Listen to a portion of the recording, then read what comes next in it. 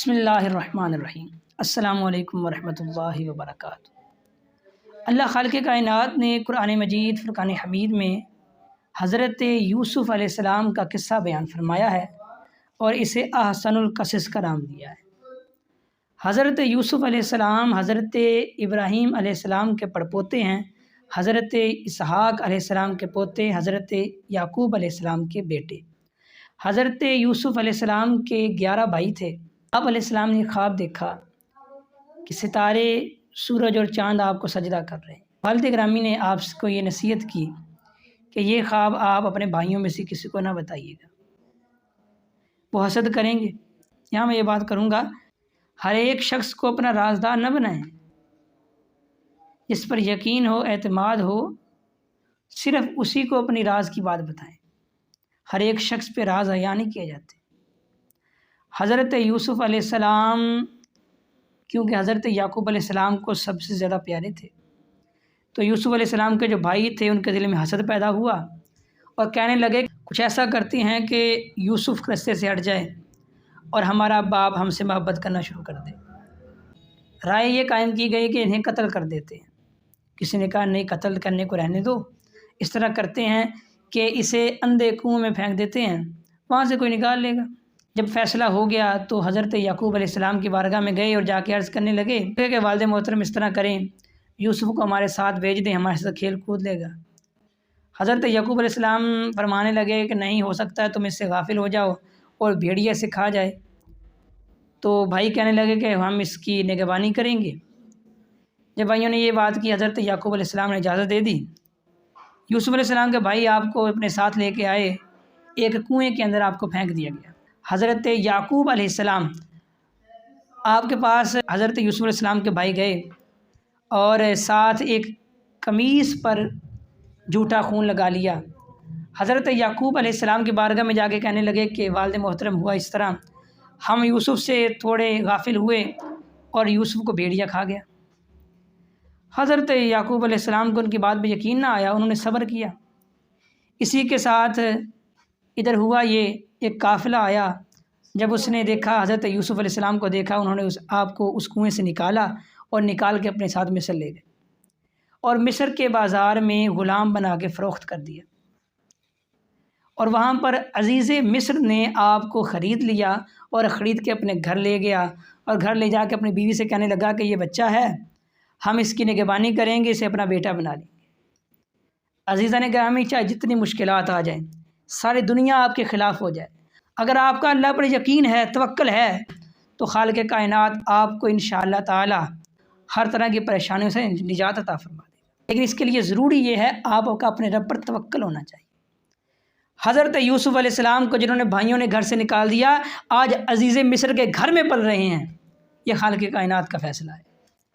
جب آپ جوان ہوئے، عزیز مصر کی بیوی آپ پر فریفتہ ہو گئی اور اس نے یہ چاہا کہ میں اسے اپنی طرف مائل کروں۔ اس نے دروازے بند کر لیے، دروازوں کو تالا لگا دیا گیا اور یہ چاہا کہ یوسف میرے ساتھ بدکاری کرے۔ حضرت یوسف علیہ السلام نے کیا کیا؟ آپ نے اس وقت اپنے رب کو یاد کیا اور اپنے رب سے کہنے لگے مولا آج مجھے اس عورت سے پناہ عطا فرما اور میرے لیے نجات کا راستہ بنا دے۔ اللہ خالق کائنات نے یوسف کے دل کے اندر یہ بات القاء کر دی، اے یوسف دروازے کی طرف بھاگ، دروازے تک جانا تیرا کام ہے، دروازے کھول دینا ہمارا کام۔ تو جیسے حضرت یوسف علیہ السلام دروازے کی طرف بھاگتے ہیں، دروازے کھلتے جاتے ہیں۔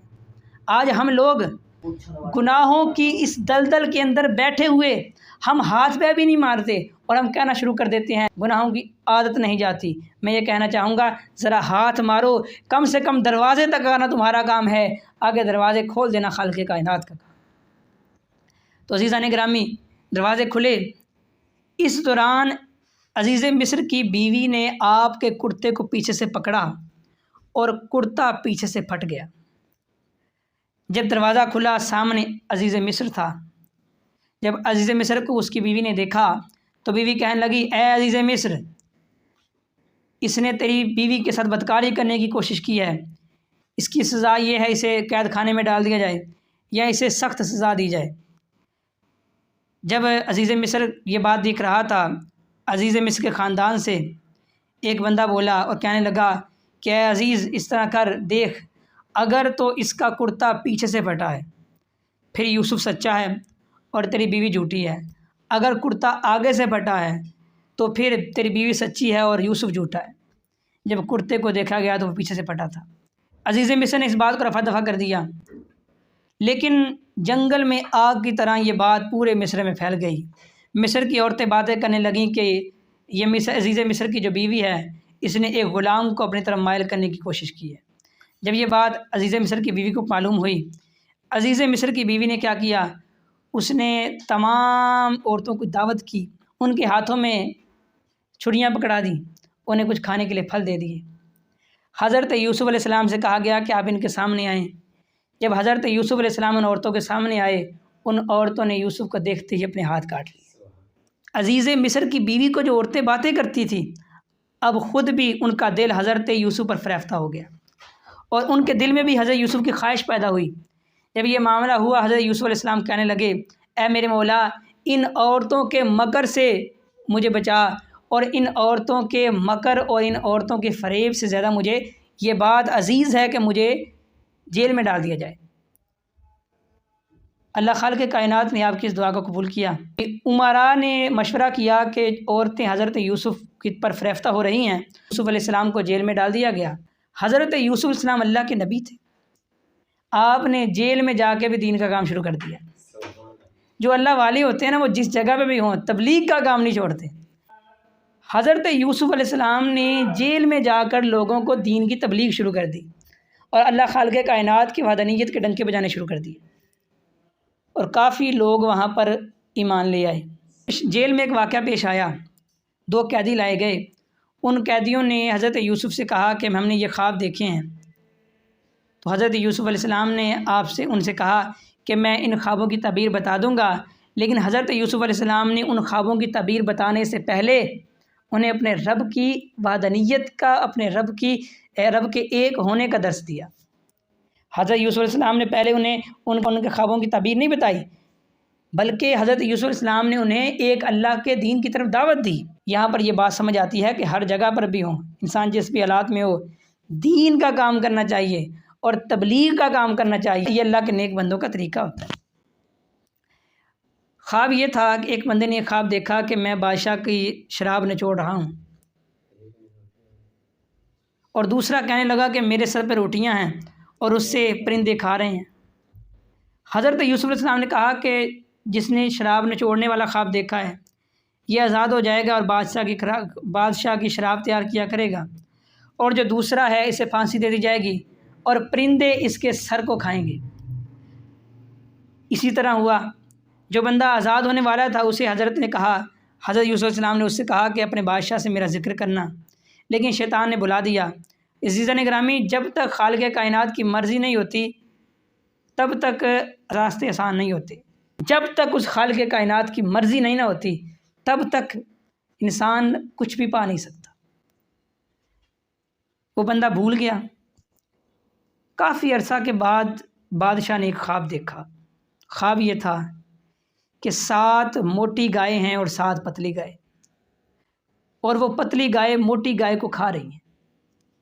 7 گوشے سبز ہیں، 7 خشک ہیں، اور سبز گوشے خشک گوشوں کو کھا رہے ہیں۔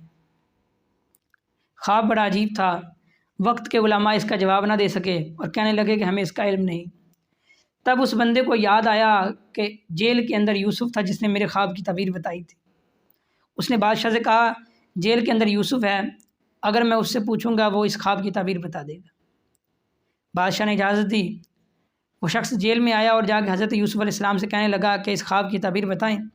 حضرت یوسف علیہ السلام نے اس خواب کی یہ تعبیر بتائی کہ 7 سال تک موسم خوشگوار رہے گا، برکت ہوگی، غلہ کی پیداوار بہت زیادہ ہوگی، لیکن اس کے اگلے جو 7 سال ہوں گے ان کے اندر کات سالی ہوگی۔ تو آپ نے ساتھ یہ بھی بتا دیا کہ اس طرح کریں، ان 7 سالوں میں گندم کو جمع کر لیں، ان کا ذخیرہ کر لیں، اور پھر اگلے 7 سالوں میں اسے استعمال کریں۔ اللہ کے نبی علیہ السلام کا طریقہ چیک کریں، انہوں نے ان کی مشکل بھی بتا دی، اس مشکل کا حل بھی بتا دیا۔